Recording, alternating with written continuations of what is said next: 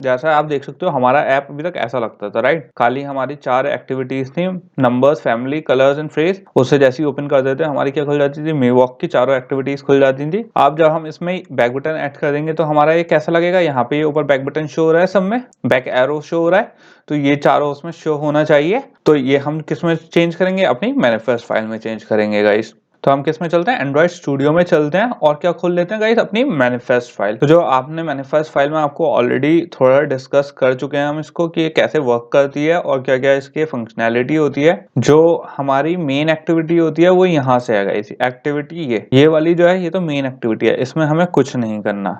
ये ऑलरेडी अपने हिसाब से सही वर्क कर रही है। हमें इस वक्त क्या करनी है, जो नंबर एक्टिविटी, ये चारों एक्टिविटी है, फ्रेज वाली, फैमिली वाली, कलर्स वाली एंड नंबर्स वाली। इसे थोड़ा बड़ा कर लेते हैं गाइस। इन्हीं चारों में हमें क्या करना है, अब एक अपर बटन लगाना है, बैक एरो लगाना है, राइट। तो बैक एरो लगाने के लिए गाइस ज्यादा टेंशन की बात नहीं है, बहुत सिंपल प्रोसीजर है और उसको देख लेते हैं हमें कैसे वर्क करेगा। सबसे पहले तो गाइस यहाँ पे क्या है, एक हमारी पेरेंट एक्टिविटी है, राइट, क्योंकि हमें कहाँ जाना है, पेरेंट एक्टिविटी में जाना है। तो हम सबसे पहले क्या देख लेंगे, पेरेंट एक्टिविटी। तो अगर मैं यहाँ पे लिखूं पेरेंट एक्टिविटी नेम, तो आप देख सकते हो ऑलरेडी एट्रीब्यूट अपने आप आ गया, क्या, पेरेंट एक्टिविटी। और हमारी पेरेंट एक्टिविटी क्या है, मेन एक्टिविटी। तो यहाँ पे हमारा क्या हो गया, पेरेंट एक्टिविटी हमने इस पे स्पेसिफाई कर दिया कि होम पेज का है हमारा, बैक होके कहाँ जाना चाहिए, वो यहाँ पे जाना चाहिए। अभी गाइज आपको शायद ये लगेगा ज्यादा इंपॉर्टेंट नहीं है, बट आप अभी क्योंकि हमारे सिर्फ 2 ही स्क्रीन है, एक होम स्क्रीन एक एक्टिविटी वाला पेज, लेकिन जब हमारे मल्टीपल स्क्रीन हो जाएंगे, जैसे पेज के अंदर पेज, पेज के अंदर पेज, तो आप जब पीछे जाना होगा तो आप कभी कभी ऐसा होता है स्ट्रेट होम एक्टिविटी पे जाना है, कभी एक स्टेट पीछे जाना है, कभी 2 स्टेट पीछे जाना है। तो उसमें हमारी ये बहुत काम आएगी, क्योंकि उसमें आप सेट कर सकते हो कि कौन से बटन क्लिक होने पे हमारी कौन सी एक्टिविटी कहाँ जानी चाहिए, ये वाली, राइट। तो यहाँ पे तो गाइज ये हो गई पेरेंट एक्टिविटी की, खाली ये जाएगी कहाँ पे। और गाइज जब हमारी मेन एक्टिविटी होती है, मैंने आपको क्या बताया था, हम टैग भी जरूर लगाते हैं, राइट। तो यहाँ पे अब क्या करना है, हमें मेटा डेटा लिखना है। मेटा डेटा क्या होगा, बेसिकली मेटा डेटा गाइज ये बताता है कि हमारा इसमें काम क्या हो रहा है, मेन एक्टिविटी में काम क्या होगा। क्योंकि गाइज मेन एक्टिविटी में कुछ तो होगा कि कहीं से कहाँ जाए या कौन सी वैल्यू जा रही है, तो हम मेटा डेटा में इसे क्या दे रहे हैं, थोड़ी सी इंफॉर्मेशन दे रहे हैं कि भैया इस एक्टिविटी को क्या वर्क करना है। अब गाइज यहाँ पे आप एक चीज देख सकते हो, जैसे मैंने मेटा डेटा लिखा, यहाँ पे बेसिकली क्या हुआ, यहाँ पे हमने यहाँ तक लिख दिया, राइट।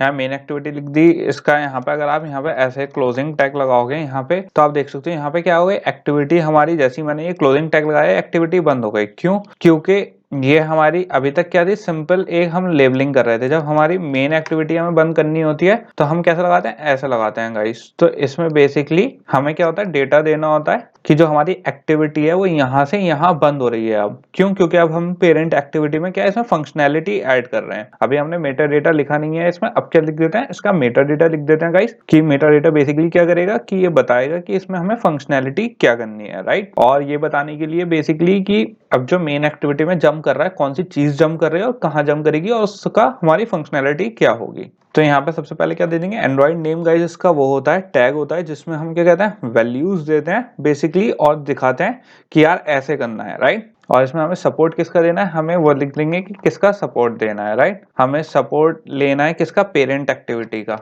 तो यहाँ पे हम लिख देंगे पेरेंट। तो आप देख सकते हो यहाँ पे ऑटोमेटिकली हमारे पास क्या आ गए, ऑप्शंस आ गए, पेरेंट एक्टिविटी, ओके। और यहाँ पे गाइज जब हम एक्टिविटी दे देंगे इसकी कि कौन सा नेम, क्या मेटा डेटा को बेसिकली क्या है, हमारी एक्टिविटी कौन सी है, तो उसकी वैल्यू दे देंगे। वैल्यू में क्या दे देंगे, मेन एक्टिविटी। तो बेसिकली गाइज हमने यहाँ पे क्या कर दिया है, ये हमने यहाँ पे क्लोजिंग टैग लगा दिया किसका, मेटा डेटा का, और एक्टिविटी टैग हमने यहाँ पे बंद कर दिया है, राइट। यहाँ पे बेसिकली गाइज हुआ क्या है, एक बार मैं थोड़ा सा आपको थोड़ा डिटेल में बता देता हूँ। यहाँ पे हमने एक पहले पेरेंट एक्टिविटी दी, किस नाम की, मेन एक्टिविटी के नाम से। मेन एक्टिविटी वाली मैंने वो देने के बाद क्या करा, जब एक्टिविटी दे दी कि ठीक है हमें कहाँ जाना है, पेरेंट एक्टिविटी कौन सी है, हमारी मेन एक्टिविटी है, राइट। सिर्फ हमें ये बताना कि मेन एक्टिविटी वो है, उससे काम नहीं चलेगा, हमें मेटा डेटा भी देना है उसका। मेटा डेटा मतलब उसका हिडन थोड़ी सी वो कि वैल्यू क्या है, कहाँ से कहाँ जम। तो बेसिकली जैसे हम आईडी देते हैं गाइस, ऐसे ही हमने यहाँ पे क्या दे दिया कि हमारी जो एंड्रॉइड वो है कौन सी है, पेरेंट एक्टिविटी है, राइट। हमारी जो मेन एक्टिविटी कौन सी है, पेरेंट एक्टिविटी है, उसकी वैल्यू क्या है, मेन डॉट मेन एक्टिविटी। यहाँ पे हमने नाम दे दिया उसका कि कौन सी है, पेरेंट एक्टिविटी है, ताकि वो रिकॉग्नाइज कर सके। और उसकी वैल्यू क्या है, आईडी क्या है, डॉट मेन एक्टिविटी, ठीक है। और यहाँ पे पेरेंट एक्टिविटी में भी हमने नेम दे दिया था, यहाँ पे नेम दिया, यहाँ वैल्यू दी, यहाँ उसे बताया कि हम कैसे कर रहे हैं। अब मैं सिंपल क्या कर सकता हूँ, इस पूरे को यहाँ से मैं यहाँ एक्टिविटी तक कॉपी कर सकता हूँ और यहाँ पे इसे क्या कर सकते हैं गाइस, स्पेस कर सकते हैं हम, किसमें, कलर्स वाली एक्टिविटी में, राइट। इसको गाइस यहाँ पे स्पेस दे देते हैं और ऐसे ही क्या करेंगे हम यहाँ नंबर्स वाली एक्टिविटी में भी गाइस कॉपी कर देते हैं यही वाली चीज। तो यहाँ पे भी क्या हो गया, कॉपी हो गया है। इसके बाद गाइस फ्रेज वाली एक्टिविटी में कॉपी कर देते हैं, इसमें और बचा है, और यहाँ पे भी हमने क्या कर दिया, कॉपी कर दिया। तो हमारी फ्रेज वाली एक्टिविटी में भी आ गया क्या, मीटर रीटा आ गया है, इसमें भी आ गया है, और कलर्स एक्टिविटी में भी आ गया, और नंबर एक्टिविटी में भी हमारी जो अपर बटन था वो आ गया है। अब मैं इम्यूलेटर रन करके देख लेता हूँ गाइस एक बार कि हमारा कैसा वर्क कर रहा है और क्या वो बैक बटन दिखाया जो हमारा वर्किंग करनी थी या नहीं। तो गाइस यहाँ पे हमारा इम्यूलेटर रन हो चुका है और देख लेते हैं अब जो हमने मैनिफेस्ट फाइल में जो हमारा अब बटन ऐड करना था वो ऐड हुआ है या नहीं। तो गाइस यहाँ पे हमारा आप देख सकते हो नंबर्स एक्टिविटी के ऊपर बैक एरो आ चुका है। ये बेसिकली क्या कर रहा है, अब हमें बता रहा है पेरेंट एक्टिविटी से हमने इसे कनेक्ट कर दिया है गाइस। अब हम सिंपली इसमें बैक एंड फोर्थ नहीं जा रहे हैं, बल्कि सारी जो एक्टिविटीज हैं उससे कनेक्ट हो चुकी हैं हमारी क्या, मेवॉक की सारी अदर एक्टिविटीज। यहाँ पे हमारी फैमिली मेंबर में भी आ रहा है गाइस। कलर्स में देखें तो कलर्स में भी गाइस यहाँ पे बैक एरो आ रहा है, और एक फ्रेज में और चेक कर लेते हैं एक बार कि हमारी सही से आ रहा है या नहीं। ओके, तो ये भी आ रहा है। तो गाइस अब हम क्या देखेंगे, यहाँ तक हमने देख ली, खाली थोड़ा नेविगेशन चेंज करने का कि नेविगेशन को गाइड कैसे करते हैं। अब हम किस पे चलते हैं, पूरे के पूरे लेआउट चेंज करने की, फ्रेगमेंट्स क्या होते हैं और कैसे वो वर्क करते हैं, उसका अब नेक्स्ट टॉपिक पे उस पे आते हैं गाइस। तो गाइस हमें अब बेसिकली क्या चाहिए, हमारे फ्रेगमेंट्स चाहिए, राइट। तो फ्रेगमेंट्स हमारे कुछ ऐसे दिखेंगे गाइस, जिसमें नंबर एक्टिविटी क्या है, एक अलग वो है, फिर फैमिली एक्टिविटी है, फिर हमारी colours activity and phrases activity. अब आप इसमें देख सकते हो, इसमें जो हमारी मेन एक्टिविटी नहीं है, मेन एक्टिविटी जो थी गाइस वो नहीं है, राइट। अब सिंपल जैसे हमारे व्हाट्सएप या और बहुत से ऐप्स हैं जिसमें आप ये एग्जांपल एक्चुअली देख सकते हो फ्रेगमेंटेशन का, जो उस पे वर्क करते हैं। इसमें हमें इस पे तो वर्क करना है गाइस बेसिकली। और इसके बाद अब क्या देख लेते हैं कि फ्रेगमेंट्स एक्चुअली वर्क कैसे करते हैं। गाइज यहाँ पे जैसे आप देख सकते हो, यहाँ पे दो चीजें होती हैं, या तो हम मेन जो एक्टिविटी है, जैसे हमारी पहले मेन एक्टिविटी थी उससे हम चाइल्ड पे कूद जाएं। जैसे स्पीड डायल है, तो अगर मैं स्पीड डायल को स्क्रॉल करके रिसेंट पे आ जाऊं, रिसेंट को स्वाइप करके किस पे आ जाऊं, कॉन्टेक्स्ट पे। इन तीनों जो हमारी अभी हमने स्क्रोलिंग करी है फ्रेगमेंट की, क्या है, तीनों फ्रेगमेंट्स हैं, ठीक है। Speed dial, recent and context, ये तीनों क्या है, फ्रेगमेंट्स हैं गाइस, फ्रेगमेंट के बेसिस पे ही बने हुए हैं। तो बेसिकली यहाँ पे हम क्या कर रहे हैं, बेसिकली चाइल्ड स्वैपिंग हो रही है। यहाँ पे हम चाइल्ड को सर्च कर रहे हैं, क्योंकि ये क्या है, सब क्लासेस हैं। तो ये ओरिजिनल एक एक्टिविटी के अंदर ये फ्रेगमेंट्स हैं, राइट। तो ये क्या है, चाइल्ड सब क्लासेस हैं।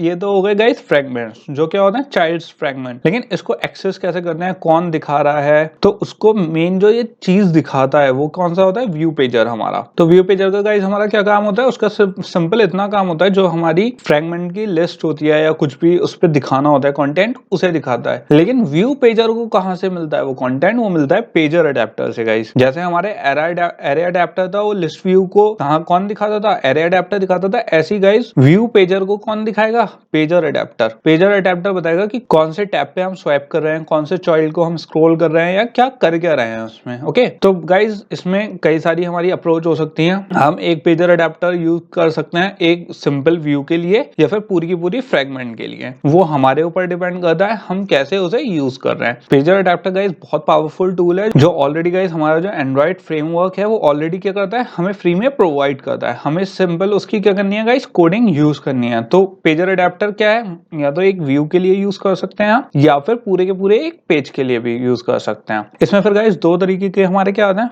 फ्रेगमेंट्स आते हैं, कि जिसे हम पेज के लिए यूज कर सकें। एक हमारा पेजर अडेप्टर हो गया, व्यू के लिए हो गया। एक अगर एक एक इंडिविजुअल पेज के लिए देखें, तो पेज के लिए गाइस हमारे पास दो ऑप्शंस आते हैं। एक तो क्या हो गया, fragment pager adapter. Fragment pager adapter बहुत फास्ट वर्क करता है और बहुत क्विक वर्क करता है, लेकिन इसकी एक कमी है, क्योंकि ये इतनी फास्ट वर्क इसलिए कर पाता है क्योंकि जैसे हमारी एरे लिस्ट थी, राइट, एरे लिस्ट में हमने सारी चीजें लोड होती थी। ऐसी पेजर अडेप्टर होता है। पेजर अडेप्टर क्या करता है, ऑलरेडी जितनी स्टेट्स होंगी उन्हें अपने अंदर सेव रखेगा। तो जैसे हम जैसे स्क्रॉल करेंगे तो ऑलरेडी वहां पे लोडेड है। तो जब लोडेड है तो उसको लोड करने की जरूरत ही नहीं है, तो ऑलरेडी फिर वो क्या बहुत फास्ट वर्क करता है। लेकिन इसका एक डाउन साइड ये है गाइस, क्योंकि वो चीज ऑलरेडी प्री लोडेड है, और हमने लिस्ट व्यू में ये बात देख रखी है कि जो भी हमारी प्री लोडेड कोई चीज होती है, राइट, वैसे तो वो बहुत फास्ट होती है, लेकिन वो हमारी जो मेमोरी होती है फोन की उसके लिए बहुत डेंजरस है गाइस। फ्रेगमेंट पेजर अडेप्टर भी कुछ हमारे पास फ्रेगमेंट्स हो तो सही वर्क करता है, लेकिन अगर हमारी फ्रेगमेंट्स ज्यादा हैं या